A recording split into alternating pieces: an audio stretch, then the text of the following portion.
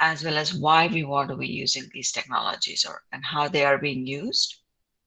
We'll talk a little bit about what the future looks like, and then talk about how to get started if you're really interested in this field. How do you get started and kind of develop an idea onto reality? So,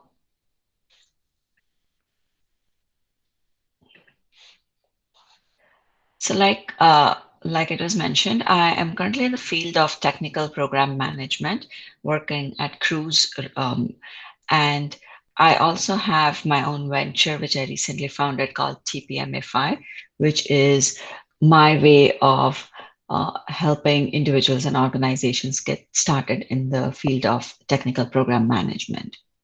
I'd formerly, up until last month, been at Facebook within their AR/VR, or what is now known as the Facebook Reality Labs organization, where I was there for about 3 years. And as part of my time over there, I launched new AI functionality onto Facebook hardware like Facebook Portal or Oculus. So I've been part of like this AR VR technologies and how it has like come so far since its early days, and also like kind of what does the future look like. And so obviously I'm very much excited about this whole field. So I'm very happy to be speaking to you all about it. So, let's get started. Let's jump into it. I want to kind of go into just some basics about these areas, and then we'll kind of go forward from there. And of course, I'll let's try to kind of hold off the questions until the end, so that then we can kind of have a nice interactive dialogue. So VR, virtual reality. Now, VR is all about having that immersive experience. You have probably seen either people or just in videos and TV and things like that, where people would generally put on a headset and kind of get transported into this imaginary world where like the environment, the elements, all are essentially imaginary. And it what VR does is it shuts out your physical world. So you no longer see the physical world, and that's why you kind of get immersed into this, and your brain kind of makes you think that you're inside this environment. So if you have seen certain movies like Ready Player One, where they go into this whole imaginary environment called Oasis, they do everything over there, which is like an extreme case of VR. Uh, but it often requires you having specialized devices. Initially, when VR started, you might have seen these cardboard boxes where I think Google created them, and you could just put your phone in it. So, like, enclose the phone in it and put it on your face. So it just blocks out the light, and it kind of mimicked the VR environment. But your phone was really, it was just your phone screen. It wasn't a very specialized device. But with as technology has grown, Facebook Oculus is one of the most well-known VR headsets that has come across in the market, and that has become much more kind of like lightweight, easy to use, all-in-one experience. And earlier, VR used to also have like this limitation where it caused people to get dizzy, and especially those who had issues with motion sickness. And that is because when you're shut out the physical world, your brain kind of sometimes doesn't understand what your center of gravity might be, and that would cause you to have this sickness. And so, with technology again, companies have really made an effort to solve that problem. And so that is why the use of specialized devices is needed. So I want to kind of show you one example here. I'm going to kind of like show you in a video.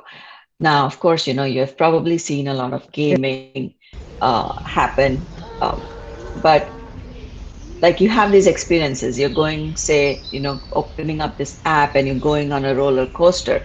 Now, in real life, I myself I'm a little afraid to go on roller coasters. So like when I do it in here, it's fun, and I would never do it with dinosaurs, right? So just kind of give you a sense of like what are some of the possibilities, and we'll jump into some of the applications. But you're watching this right now on a 2D screen, and it's very different than when you have it on your headset, and that rock that's like coming up in front of your face, you're gonna like close your eyes for a second. So really it's a very fun environment to be in, especially from a perspective of like entertaining yourself, playing games. It elevates your experience, from like when we used to play video games on the computer, to Xbox, to your PlayStations. You still have kind of some of those elements, but now you are part of the environment and the scenery. You can see that person kind of waving their hand. They're wearing the controllers. So generally, some of the VR headsets, they will have two controllers, so that you're able to, there you see, so that you're able to um, point and click things, change your scenery. And again, like there has been advancement there where you no longer have to use controllers. You can use your hands. And I'll go into kind of, because that now takes us into from virtual reality in some of the other areas, which I'll touch upon in a second. So, I want to talk about VR and its applications. I mean, gaming is, of course, the first thing that comes to mind. For the last so many years, VR has primarily been associated with gaming. You have all of these new games, especially coming up, where like Beat Saber, where you can, take your sabers and kind of cut through cubes. So of course, that is always going to be there, I think, because it has that niche market and appeal to a lot of the gaming and gaming world. The other application is around media experiences. So, kind of somewhat how I talked about the roller coaster. It's just an experience that you feel like you're on a roller coaster. You feel the motion and things like that, but you're not really there. Similarly, like for example, the Louvre Museum in Paris has created a VR experience so that you feel like you're visiting the museum. You can get up and close with the art that's at the museum, and you feel like you're actually in the museum without having to travel thousands of kilometers. Or visiting space. You can be part of a spaceship, and look down on the earth, and that's not going to be like, it's not easy to do, but it helps you imagine, it helps you feel like you're there. And I think that's really really powerful. Especially, if you think about it, there are so many folks who can may not be able to have a lot of these experiences in real life, and so these experiences are created specifically to give you that feeling, that escape. So, and then you think about education and training, like that is more of a realistic application of the virtual reality field. So, a lot of schools, especially in Southeast Asia and even in the United States, have started using these headset devices to provide some sort of an education. There's also this studies coming out on how some of these specialized devices help children who have special needs. And so really, education as an application of VR is gaining a lot of momentum. Similarly, with professional training, a lot of times when people join new companies, there's a lot of specialized training that they need to do, and VR just makes it easy because then they don't have to dedicate a lot of space to creating this environment. They can really, instruct the people through this headset as well. So instead of looking and watching just at a video, um, these trainees can then actually perform certain tasks as part of the training without having to be in a physical, say, store or something like that. So really, again, professional training is one of the key applications of VR that is also taking off. A lot of big companies like Walmart are investing in VR training. So next, I want to move into AR, which is augmented reality. So now AR is a slightly newer term or technology than VR. It all started on the VR side of things. But as you see, when you wear a headset, you shut out the real world. Whereas in augmented reality, you're overlaying certain virtual elements onto the physical world. The goal is when we're trying to shut out the physical world, you're disconnected from everybody else. And so the goal of AR is to keep you in the moment. It wants to, make sure that you are still able to interact and connect with the people and the things around you, um, and and kind of still give you enhanced abilities to understand the world around you. And that is why it's called augmented reality. It's kind of like augmenting and enhancing the real world just a little bit to give you what you need. So, you're surrounded by the physical world, and you are still part of it, but you're seeing all these overlays of different elements. You can see certain pictures here where if you're using your phone, um, you might see certain things pop up based on how it recognizes the world around you.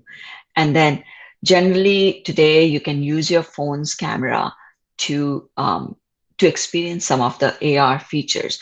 And we'll talk about that in a second on what are some of the cool stuff that has been happening over the past few years.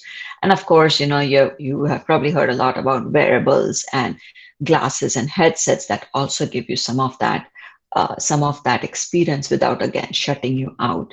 So I wanted to give you kind of this look into this video as well to think about what can AR do.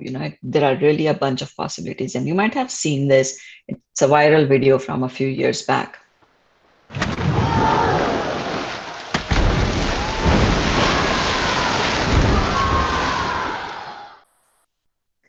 So as you saw over there, there's people in the gymnasium, and this company, they created this kind of a setup where it almost felt like a shark or a whale jumped out onto the floor of the gym.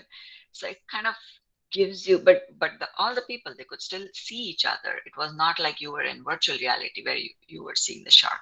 So again, it's kind of having these overlays. So what are some of the AR applications? Again, a lot of it starts from some of the entertainment, like gaming and things like that. So if you think about it, it's all about entertainment.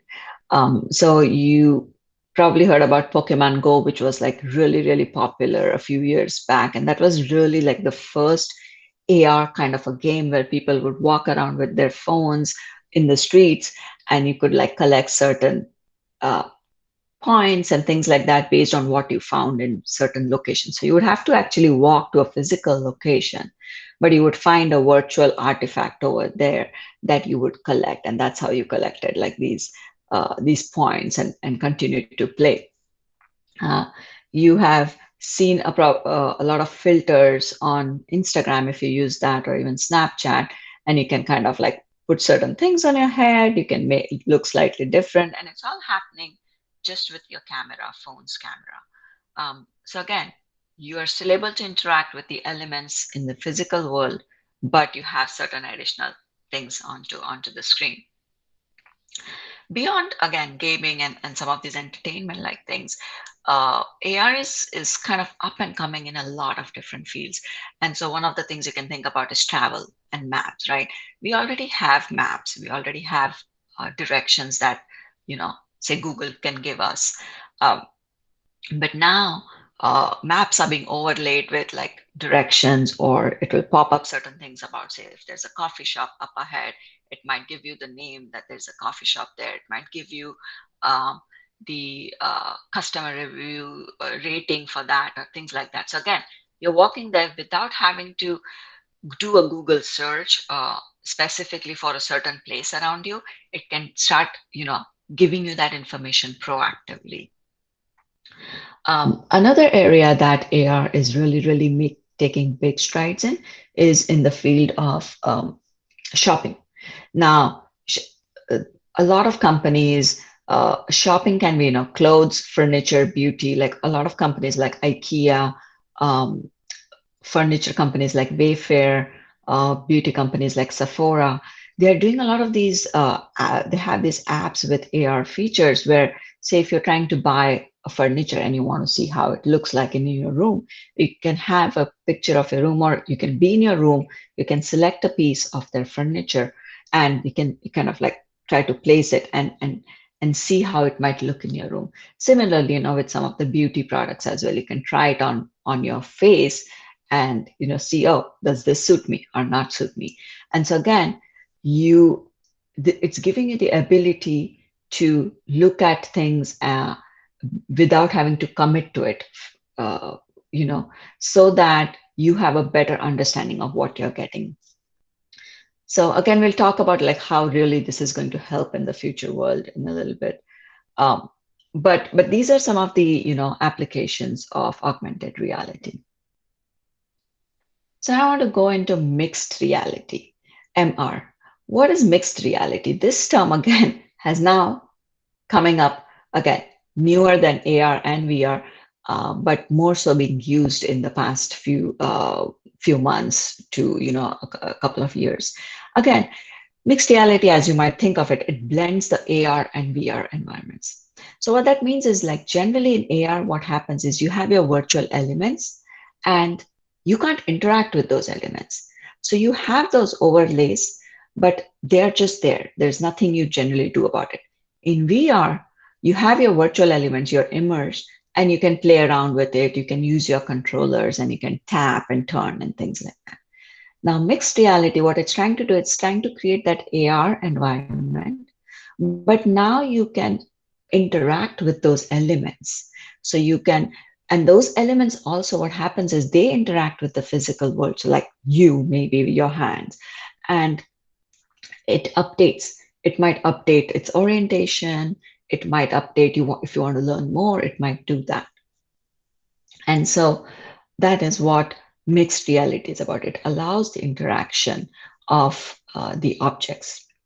So now if you think about it, the applications in here are also a variety of applications, but a lot more in training and things like that, where it might not be easy to imagine these things in a 2D, like it takes you beyond the theoretical.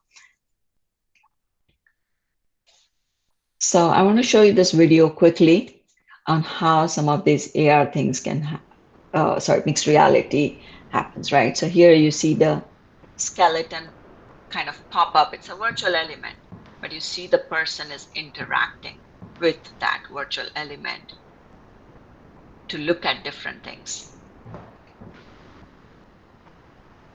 And so as you can imagine, training in such an environment is really, really powerful, right? You can peek into so many different aspects of, like, say, the human skull here.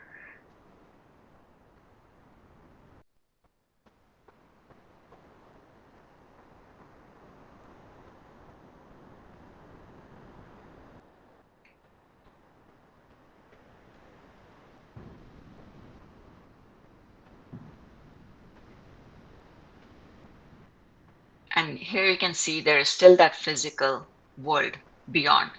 So you're not really, shutting out that. The wrist is composed of 8 carpal bones arranged into 2 distinct rows, a proximal row and a distal row. These small bones provide flexibility to the wrist. There are 4 bones in each row.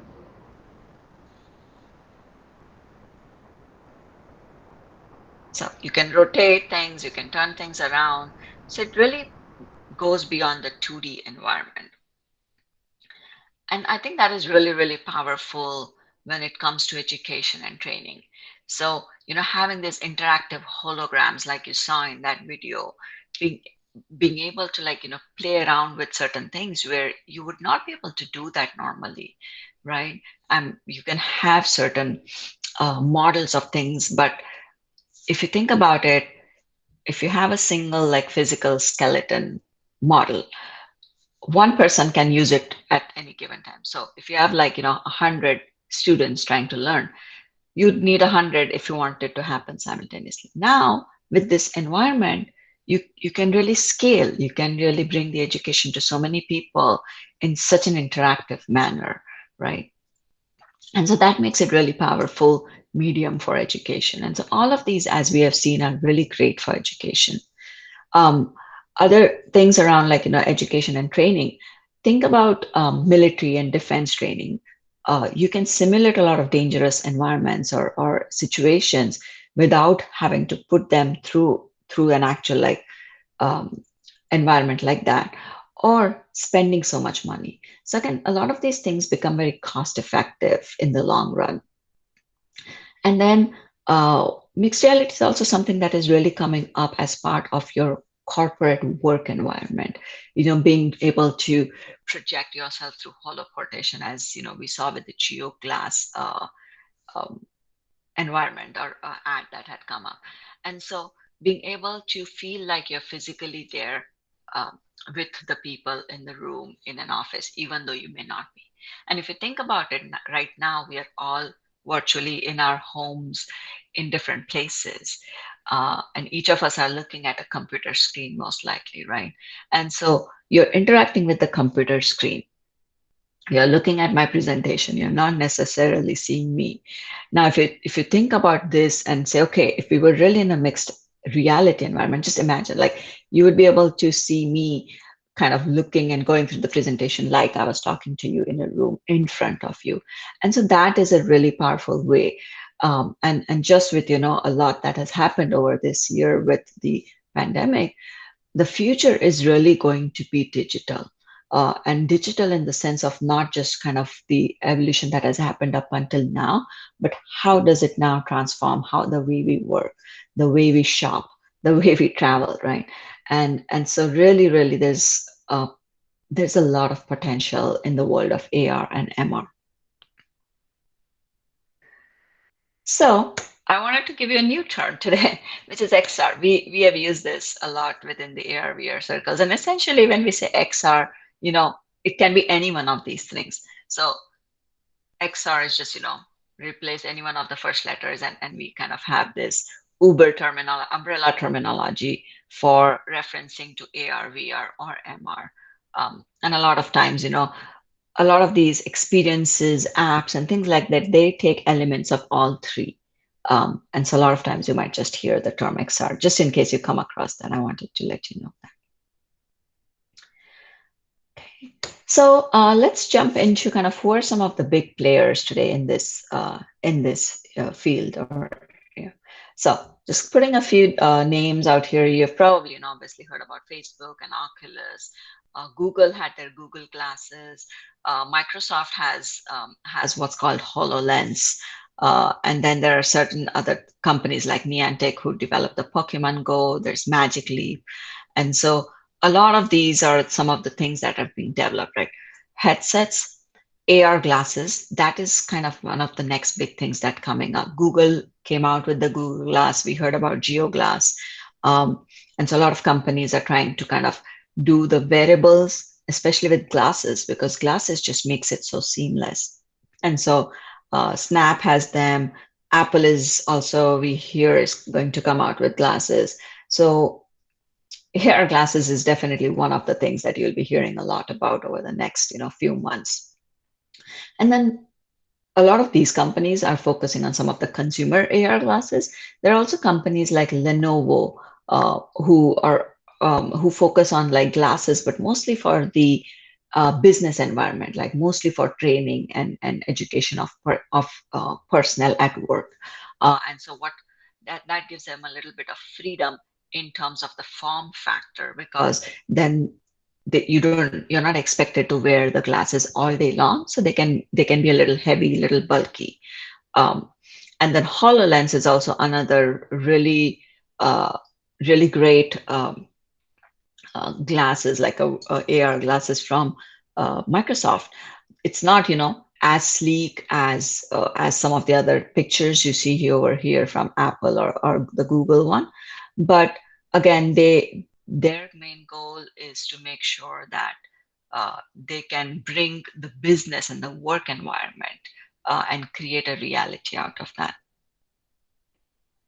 So again, we talk about all of these terminologies. So I wanted to kind of, just talk about, why are we interested in the AR, VR, MR world? Why do we need to leverage it? And I alluded to this a little bit earlier, which is the world has changed a lot, especially in the last year. And so, really, the future lies in leveraging these technologies because it helps us be there. It helps us kind of do something that we are not able to do. So, I kind of put this into these three areas. One is, it increases the efficiency. When we use the world of XR, you're able to do things faster. You can maybe train faster. You don't have to set up these elaborate environments if you have to simulate a certain kind of a training. You can teach a lot of children efficiently, right? Um, you have the cost of developing the apps itself, but once you do that, it can really be fast to achieve the goals you have. That increased efficiency actually helps you reduce the costs. So again, you don't have to have every individual employee that joins your company travel to the headquarters, say. You can give them this app that would make them feel like they are part of a new hire group, and they can train, but you're reducing all the travel costs, all the hotel costs. So again, it reduces the costs in the long run. And one of the interesting things is it enhances the human cognition. It enhances the abilities we have as a human. Because if you think about it, as humans, we only have so much information that we can store at a given time, right? Like, even when we think we are multitasking, we are really just focusing on one thing at a time. We might go from one thing to another. Um, but really, there is a certain limitation to how our brains work. And so, what AR and XR does is it just gives us this additional push. It gives us this way of just storing a lot of information or having information at our fingertips without having to think about it, without having to store it. So, and then, like I said, with a lot of the things that have changed more recently in terms of the environment in the world, it really kind of gives us the ability to do things that we are restricted by doing because we are all kind of, not able to travel, not able to meet so freely, and so forth. So, what does the future for this technology hold? Okay, if you think about VR, you want to think about going beyond gaming and entertainment, right? Like gaming and entertainment, it will always be there, but it's not solving problems. And the way we look at XR is how can it help solve um, solve the real world problems, real world issues. So thinking about again, going back to wearables, which is really going to become um, much more common in the coming days. The variables really allow you to stay in the moment. It allows you to capture and share the current moments that you have. So I'll give you an example. Say, for those of you who have kids, like when they took their first steps, when they were, just started walking. Some of you may have had your phone cameras at that time.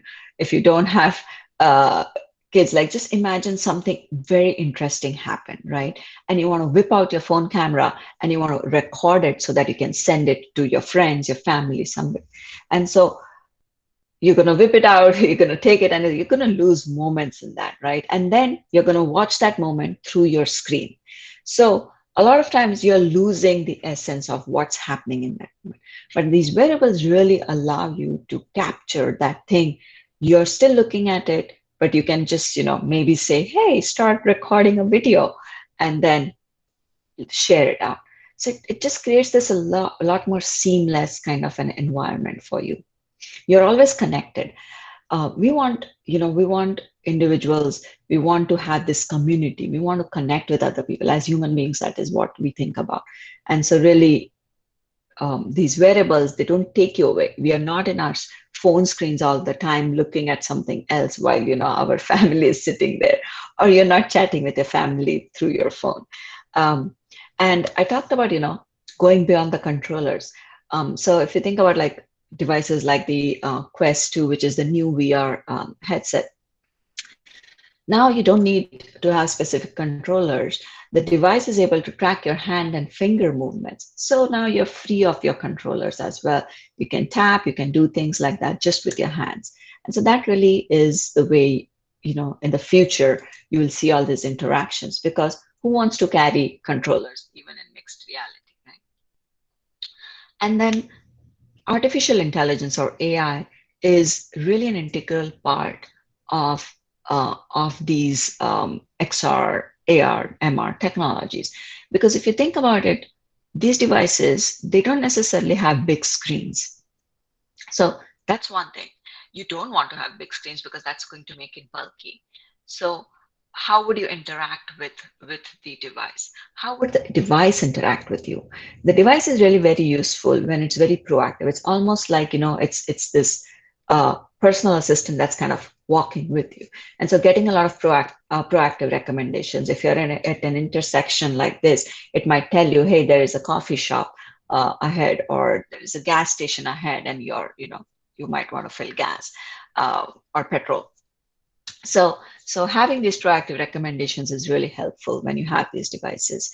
And then the devices, the way it's knowing and it kind of uses your surroundings to inform you is through a lot of artificial intelligence algorithms and machine learning in the field of camera vision, eye tracking, as well as hand tracking. So again, it's able to track your hand so you can tap on things. It can potentially in the future track where your eyes are looking. So if you turn your head and you look in a certain direction, it will give you the information on that because it has to update quickly. And of course, the camera vision is there to tell you, if you're looking at a car versus a person versus a restaurant with a menu in front of it, and so forth. Then, if you think about other applications that are kind of really going to become commonplace in the future, is more so on the enterprise side. Again, talked a lot about training and education, right? Training in the field of medicine has really, really picked up in using these technologies. Like say automotive manufacturing, they are doing a lot as well to train new workers, so that you have this understanding of the assembly line and so forth, without actually having to bring everybody to one plant. Supply chain, inventory management, again, those areas from an enterprise application perspective are starting to kind of use this technology as well. And then there are certain other consumer kind of areas that are starting to see some use of this technology. So the health and fitness industry, like looking at this device called Mirror. It's a mirror. It has a screen inside it. It gives you instructions. It kind of understands what are the movements you're making. So it kind of guides you through your workout. Or there are certain things such as in events. If you have large events, which again, now you can't have in-person large events, but they would have made those events very much interactive. Now, with the restrictions we have now, if you think about event engagement, it could still be something that AR, MR, VR could help with, because it might, you might attend a virtual concert sitting in your home, but you might feel like you're in a stadium. You might interact with other people in the stadium. You might interact with the celebrities. You might interact with the organizers, who might be like, playing a game with all the attendees. So there are lots of possibilities.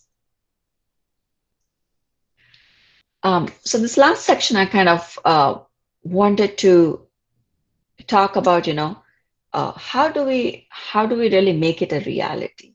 I mean, we're talking about virtual reality and augmented reality and so forth, but there are a lot of cool ideas. Some of them are obviously they are already existing, but if you are thinking about delving in some of these areas, how do you get started from an idea that you have? How do you go from making that idea into a real application? So first off, you want to think about your strategy. There are lots of different directions you can go in based on what we just, saw so far. So you can think about, going into an enterprise market. You can think about going into a consumer market. Like you saw, is it about education and training in the field of medicine, or say supply chain versus, something just building a fun consumer app, starting with some filters, things like that. Um, a lot of the companies, not everybody has the AR core capabilities to build things in-house.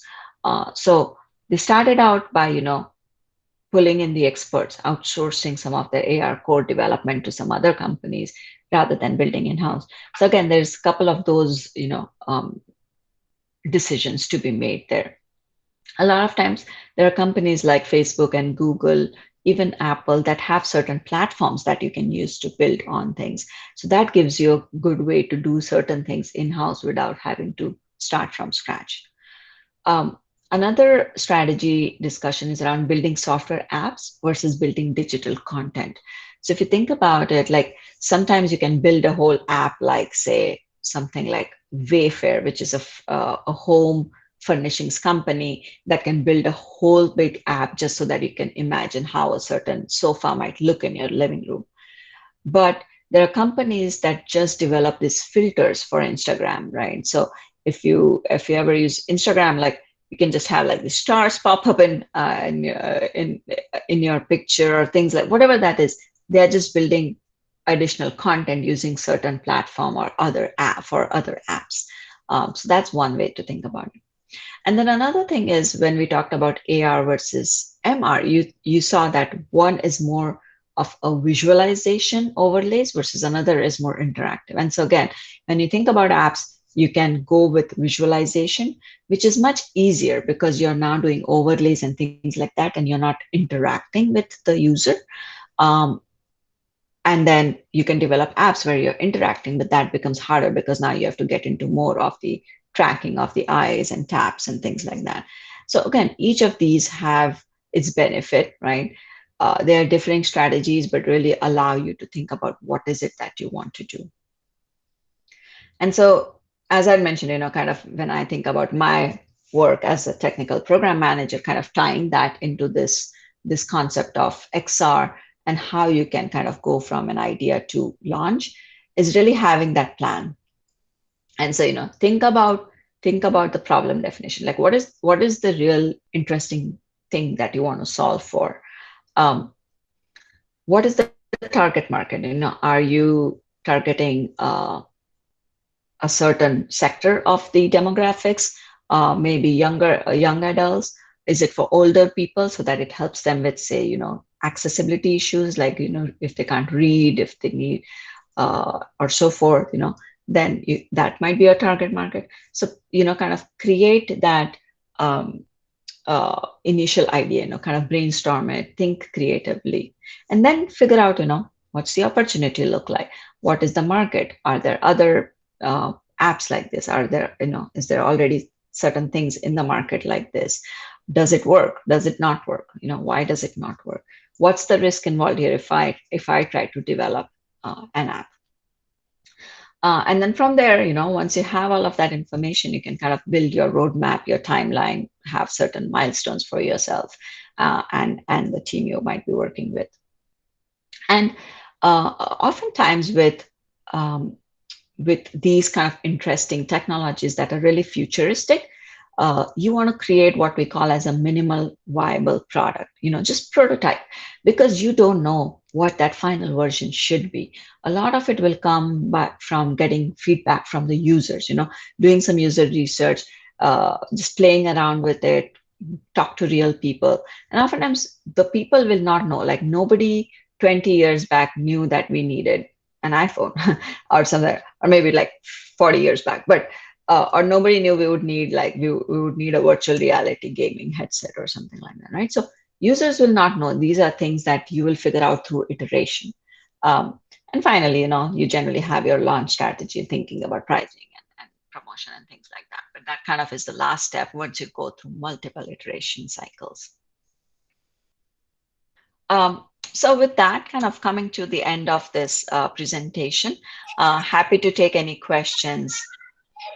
Thank you, ma'am. So, I request the participants to post your questions in the chat box, or maybe you can unmute and go ahead with your question. Before they post the question, I have a question for you, ma'am. So, can you share some insights how AR and VR could help in future healthcare systems? Sorry, say that last part again. How AR and VR could help in future healthcare systems, maybe or healthcare startups, in point of Health, startups. healthcare. Yeah, yeah. So, like I was showing, a lot of the AR and MR related applications in the education and training areas. And so, um, one thing is, with healthcare, training is obviously one thing. You can learn about the human body through, kind of like these holograms and things like that you can interact with. That's one way of thinking about it.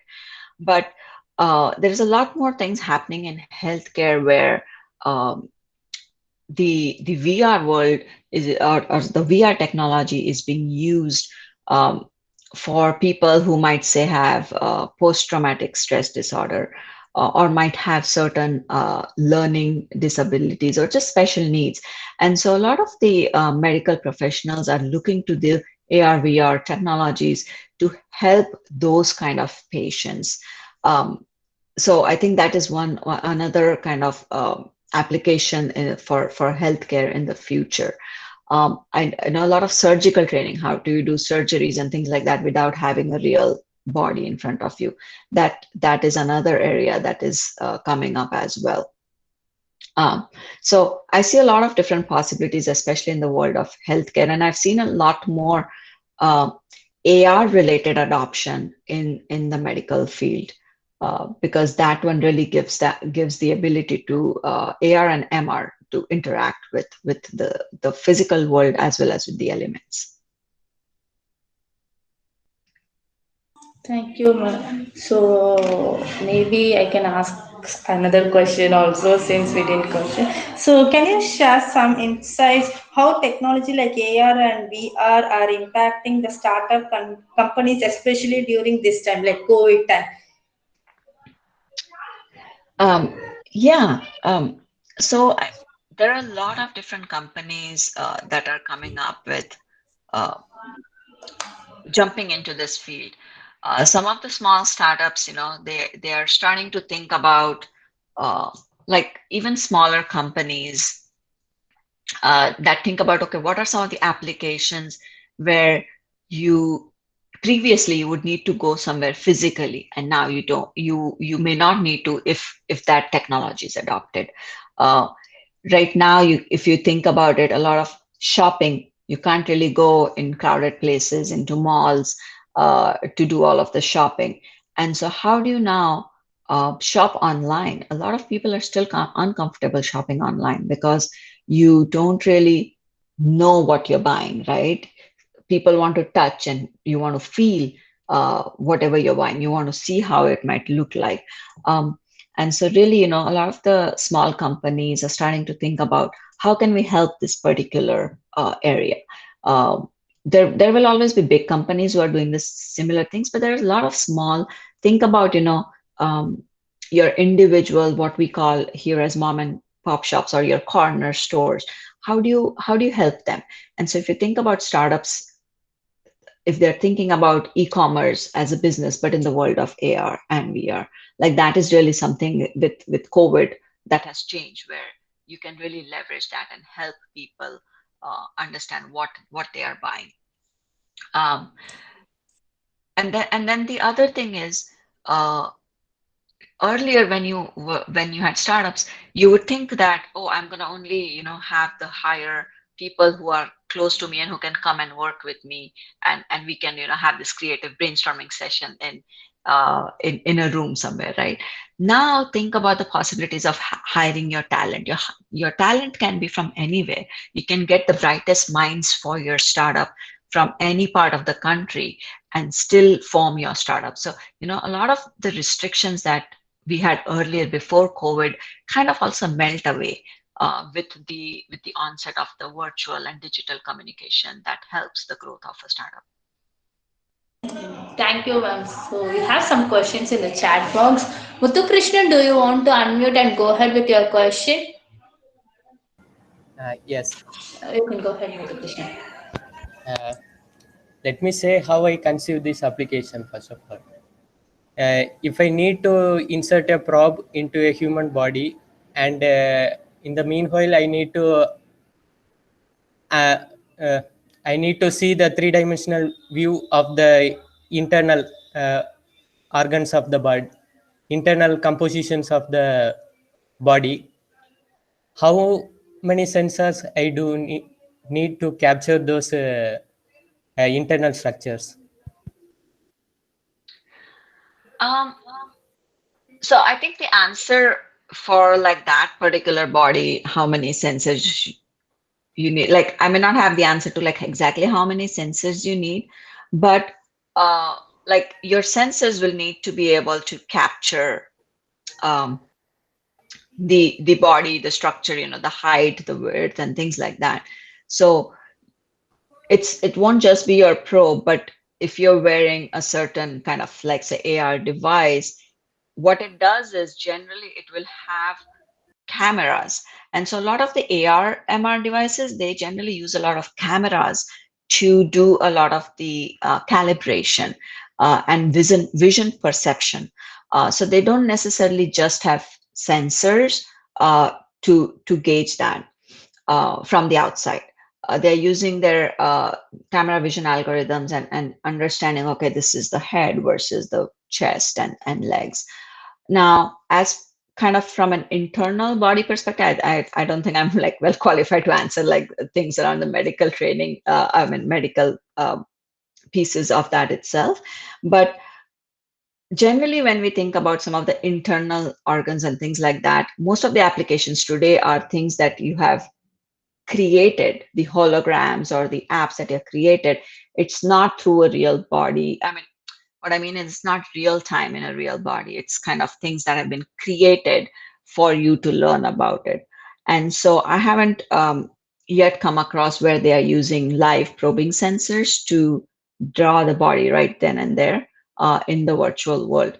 Now, there is some more investigation that is probably needed in that specific area, which I haven't delved into since medical, yeah, since kind of I'm more on the computer science side of things. Hope that Muthu Krishnan question has been answered. Yes, thank you. Thank you, Muthu Krishnan. So we have next question from Archana. Archana, do you want to unmute and go ahead with your question? Yeah, thank you, Sumitra. Priyanka, I just want to ask this question.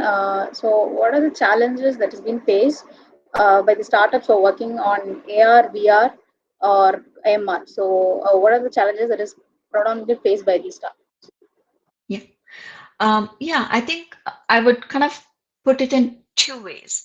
One is a lot of the startups that I have seen in this world, a lot of them who started by developing the hardware as well, right? So a lot of companies are developing the headsets and things like that, the glasses.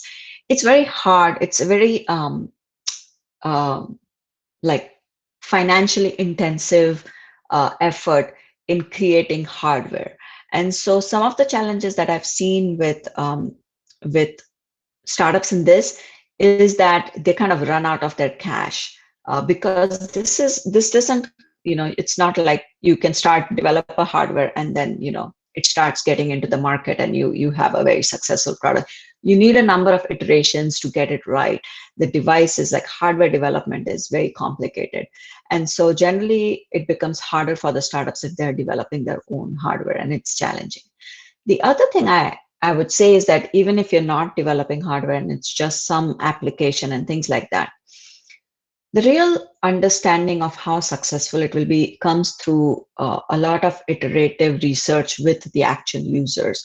And so finding and doing the research is something that startups don't always do because again, it requires you to kind of, go beyond just developing something in an office setup. And so, but really we all don't know what the actual application might look like. When I start actually walking down the street while I wear my glasses, do I really want to know about this coffee shop? I may not. Just kind of giving examples. So it's really important to look at what people really find valuable. I'll talk about a third thing here, which is privacy. Uh, Privacy is very, very important when you're developing anything with AR, MR, things like that, because you have a camera, you're walking with an on camera anywhere, right? And so generally any people that come into your contact or in your peripheral vision, it is very important to address the privacy concerns there. And so a lot of startups may not be thinking about it. And it's challenging to think about it because as a startup, you just want to get ahead and go and build the product.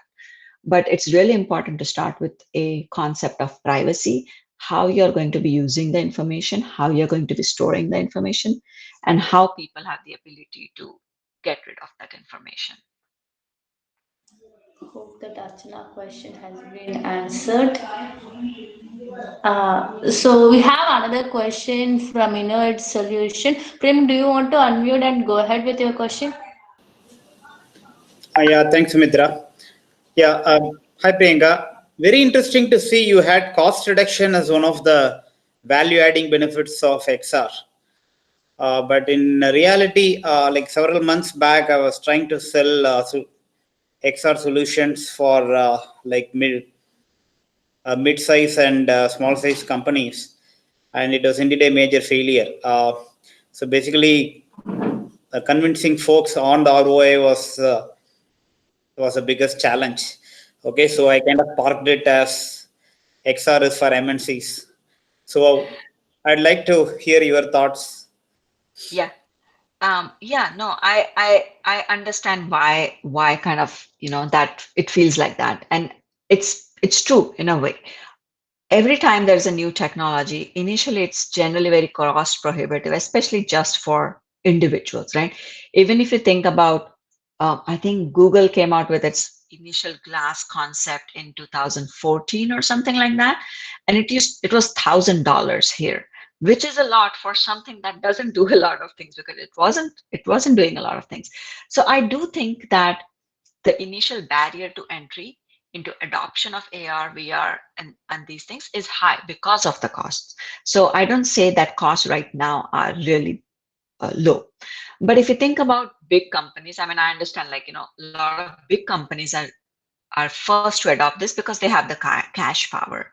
But over time, as these technologies get faster, they get more prevalent. If you think about it, hard disks used to cost a lot 30, 40 years back. Now they don't cost anything. You don't even use it. You have a small micro SD card in your phones, maybe. So same way, I feel like one, technology will help, the mass production of these things will help reduce the cost. So just with my experience, even at Facebook, the initial VR, Oculus VR headsets were very expensive. And then over the years, they have tried to get new versions out that are slightly cheaper so that they can get to more people, because they understand that as an individual, you're not going to spend a $500 or $1,000 on just something that you think is about gaming, right? So in the long run, I feel like these devices will be cost effective, especially even for MNCs, right? Initial adoption is harder, but if you think about it, if you have to train thousands of new employees across the world for an MNC like Walmart or something like that, even for them, it's going to be eventually benefit from a cost perspective because they don't have to make everybody travel. They don't have to create these environments. So right now, yes, it is not the most cost effective technology or cheap technology, but in the future, I think it will be. All right, thank you. Thank you, Prem. So we have another question from Gaurav. Gaurav, please unmute and go ahead with your question. Good evening, ma'am. Ma'am, could you just let me know the problems and the limitations related to the AR and VR technologies that are currently going on? Yeah. So a lot of times with AR, VR, obviously, like, one of the things is around cost. Like I said, right now that can feel like a barrier. Especially when where you're kind of trying to build hardware. Uh, Also, when you're trying to build hardware, one of the problems is if you want to wear something, you want it to feel comfortable, like don't want to feel like you're wearing a headset or something like that. Just like you would wear your sunglasses and walk out of the door, you want it to be as light, you want it to be seamless. And so getting all those factors right is is challenging, which is why it's taking long to make it happen.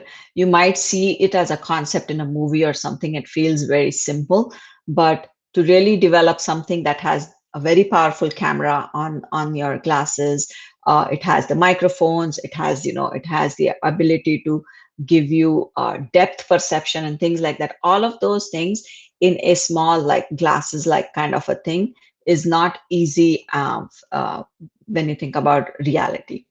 The other, like I had mentioned in my previous answers, around privacy.